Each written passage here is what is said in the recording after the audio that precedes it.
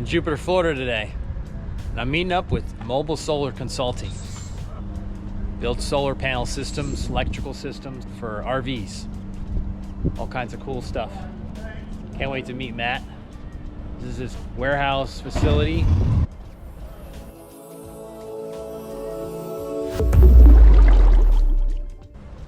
All right, here we are. This is Matt. Hey. What's up, Nice to Matt? So where are we at? Mobile Solar Consulting. Our shop is in Stuart, Florida. And we do consulting here for DIYers, and then we also do installations. Look at this guy interrupting on his phone call. So we do stuff like this with his, which what I've done a little bit with my previous build on my truck. With Victron, we're gonna be working with Battleborn and Rich Solar and Micro Air for the air conditioner. So Matt, tell us a little bit about like what you've done so far with projects and what you guys can do. Yeah, so I mean, every project is custom. We work on anything on wheels, from a little system designed to just keep your battery trickle charged and healthy, all the way to the entire roof of an RV being covered, you know, above the air conditioners with residential size panels and limitless battery storage, so you can feel like you're at home when you're boondocking. We also do consulting, so if you're more into doing it yourself, we'll build you a custom system, a diagram for it, a list of all the parts you need, and we'll walk you through the install if you get stuck. So yeah, everything we do is on wheels. Let me take you through the shop, check out what we're gonna do with your RV out back. You can tell these guys got lots going on. This is a true shop right here. It's a little bit messy right now. Their shop's almost the same size as my studio, which is kind of cool. A little loft up there. And look at these things over here. Lots of Victron energy boxes, as I like to see. So what are these right here? These are our training setups. So we also host trainings for people to get them familiar with how to set up a Victron system, how to do the wiring and the programming and stuff like that. So we host those maybe every 3 or 4 months at our shop. Very cool. And they got all the supplies to pretty much custom build all different types of solar projects, battery powered, you name it. We have our Moon Rover here. That helps us get the big trailers in and out of the shop. That's cool. Around the tight corner. That looks expensive. So now we're going to talk about my project. So I have a 2017 Airstream, Thor Industries Airstream, Airstream 25 FB, and it came solar ready, but it only has 2 AGM batteries, no solar panels. So it was perfect for our project. As you know, I've done before with my truck, is we built it around my Be Ocean Minded campaign and educational processes. And this one's gonna be probably about 5 to 6 times that.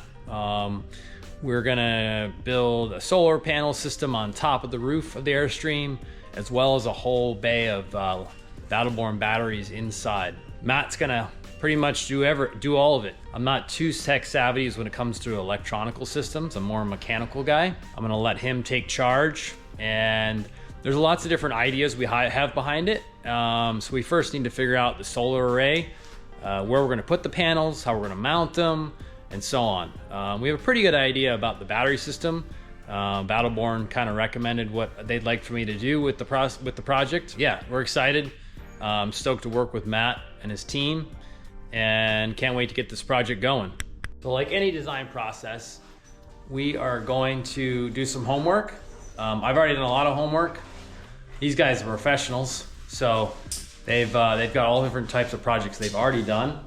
And we're gonna probably do some layouts digitally first with some pictures of the Airstream on the roof, and go from there, because every project's gonna be tailored around the customer, and I'm a unique customer, and I'm really stoked that these guys are helping support the project that I'm on. So definitely check them out if you guys have any, and you don't have to be based in Jupiter, Florida, or any South Florida for them to help you out. You can be based anywhere around the world. They can help consult your project, get the right products for the project, and so on. So we got a couple options for you. I know you were not a big fan of the flexible panels because they really don't last long, maybe a year or two. And we want to put something in that lasts. So this is kind of the first option. We run 3 panels, 100 watts each on each side of your air conditioners. Fit 600 watts on your roof. That's a pretty good number. I think another thing to consider is where you live, right? So solar panels can get more or less abuse on the amount of heat. So we live in South Florida. Those flexible panels get extreme heat, and anything slightly off the roof, correct? Yeah. We'll kind of get a breathing factor going on. And so what else? What are the options? So we have this is kind of more of a conventional way. And that's also on an Airstream. Yeah, this is an Airstream. These would still be just adhered, no screws through your roof. And then a bigger option would be a bifacial solar panel, a residential size 550 watt panel from Rich Solar. It produces energy on both sides. We can elevate them above your air conditioner using a residential solar racking. That's gonna fit at least 1500 watts, not even taking up half of your roof. So this is definitely gonna let you do some serious boondocking, powering an air conditioner, keeping your fridge cold 24/7, all those types of things. But it does come at an expense, and it does require drilling into the framing of your roof. So how many watts is that bus? So that's one of your installs, right? Yeah, this school bus we did in about 3 months back. And this had, what is this, 2,400? Yeah, 2,400 watts. Plus, it's gonna produce extra wattage from the back side of the panels as well. So explain to that on how that works with that system, how it can essentially generate power on both sides. Well, solar panels naturally cut to produce power on both sides. The manufacturers, for whatever reason, usually add a layer of backing underneath, and that's like a white protective plastic, right? So the bifacial panels just don't have that protective layer of plastic, and they're getting rays from both sides. This is just how they're naturally produced.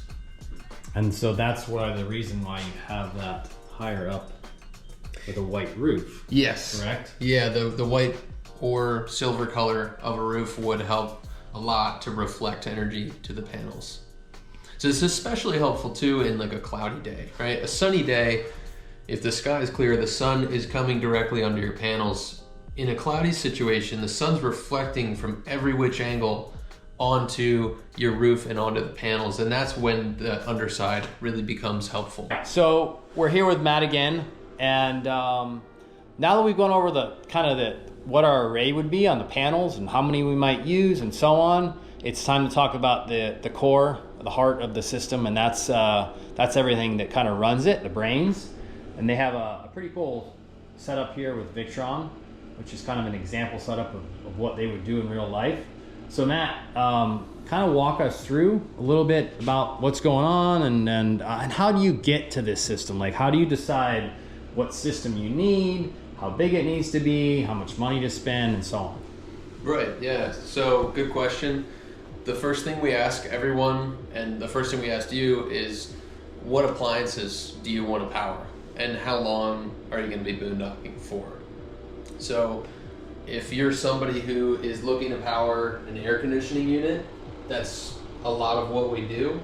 And that's going to require one of these 3,000 watt inverters. It's going to require a soft start on your air conditioner.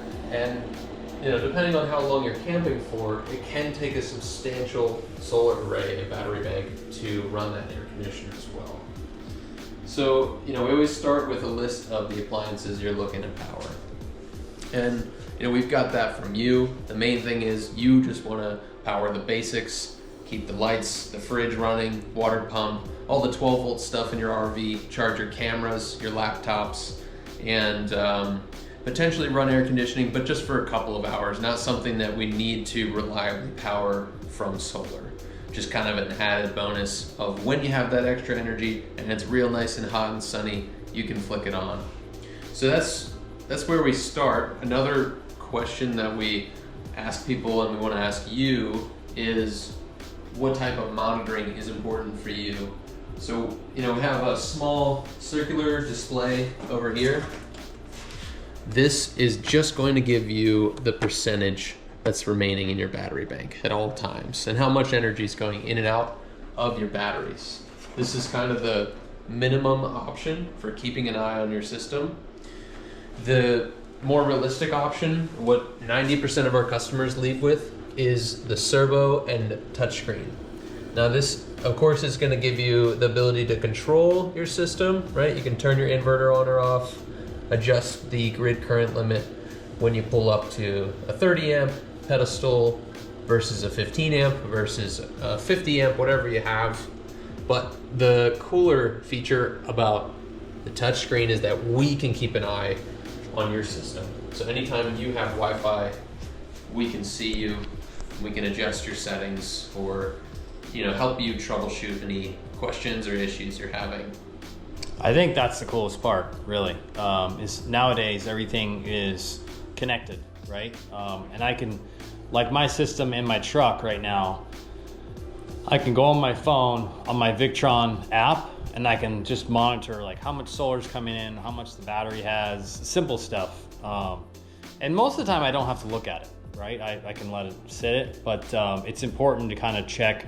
And also the app provides opportunities for updates and checking in with Matt and their team. If they do the install, they can help you with all that, obviously, and make sure the updates are getting done and so on, right? Yeah, and it's not like it needs to be homework that you have to update everything. I mean, it's really just that we can have a glance and make sure all is good. I mean, with your truck, it's small, right? It's your daily driver. Yep. You can keep an eye on it because it's in your driveway. You've got Bluetooth. With your Airstream, you might have that in storage somewhere, and to the point where we want to quickly open up our laptop and say, oh, I just checked on your battery and see what's going all on. is good. Yeah, so that's a nice little added bonus to have. So, as we're working with Battleborn to help them figure out what equipment to provide on the project, touchscreen is definitely going to be in your list. Yeah, and so this system is going to be pretty much the same what is going to go on my project and inside of our Airstream, specifically under the bed. Yeah, so one of these will go under your bed. You'll have an MPPT, but yours will be different sized. You'll have a Lynx distributor, you'll have an on-off switch, and you'll have a shunt, but not this one. You'll have a smaller version, so we can fit it in a smaller space. You're gonna have these two here as well. Sounds good. Stay tuned for more. We're in the Airstream now, and we're gonna walk to the back where most of the system's gonna be installed. So this is the queen size area for a 25 FB Airstream. He's gonna kind of walk us through where the system's gonna go, the batteries, everything, the inverter. Yeah, everything is gonna go in this spot here. The batteries kind of fit nicely long ways, so we can do 2 and 2. We'll get rid of this stuff. So we're gonna take these bins out, and which is Airstreams don't have a ton of storage in them, but it's critical to have this done. So this is where it's going to go, right here in this spot, which is what is this, like 3 feet by maybe 2 feet, it looks like. Yeah, it's about. Matt's going to kind of walk us through. This is actually the storage from the outside, so that's pretty much all I have to put all our stuff from outside. And this is a conventional storage area where we had these bins we're going to take out. Matt, what are we going to put in this spot? So we've got a battery, 2 batteries here, front back. Be nice to fit them long ways in this spot. And then we'll put all the Victron stuff over here. And then on the front here, we're gonna put a nice plexiglass cover with both of our logos engraved in it. So should look really sweet. The main panel's right here. So thankfully we don't have to run cables too far from the inverter. And the solar is most likely kind of bundled up in that back area somewhere. So we'll empty out this compartment of your stuff temporarily. We'll remove your inverter. So this is the current inverter right here. Yeah, we'll reclaim that Kind space. of hard to see, and we'll put some. What do we put in there? Nothing. You won't Nothing. need the inverter Okay. anymore, so you'll just have a little extra storage space. So that's where I come into play, and I might take out this this separator wall, so the storage might get a little bigger, which would be nice. That's really all we need. And this is 4 lithium 100 amp hour battle-worn batteries, 3,000 watt inverter, and everything that goes along with it. And then the wiring for this Airstream, so it technically has pre-wired for solar. And it's good and bad, but the problem is there's limitations on the amount of solar it's pre-wired for, right? This one, so what did it have? Do you remember? It's like 300 They watts? give you a number based on how many panels you can put in parallel, but we're going to run series and parallel, so that limit doesn't really apply. Gotcha. So it's kind of a basic pre-wire. And it's also, Airstreams are set up for, what do they set up? What kind of solar inputs? Yeah, they have, I forget the name of them, like some sort of male-female connector, maybe an Anderson style. Yeah. But what we want is an MC4, because that's a sturdy, waterproof connector. So we're going to be replacing the gland as well. So we'll make it as efficient and durable as possible. I think that was one of the things I've talked about before on this project is something that's going to last for a while, and I don't have to mess with it because I have a lot of projects going on. Cool. All right. Well, next time we'll be seeing the process. Thanks, Matt.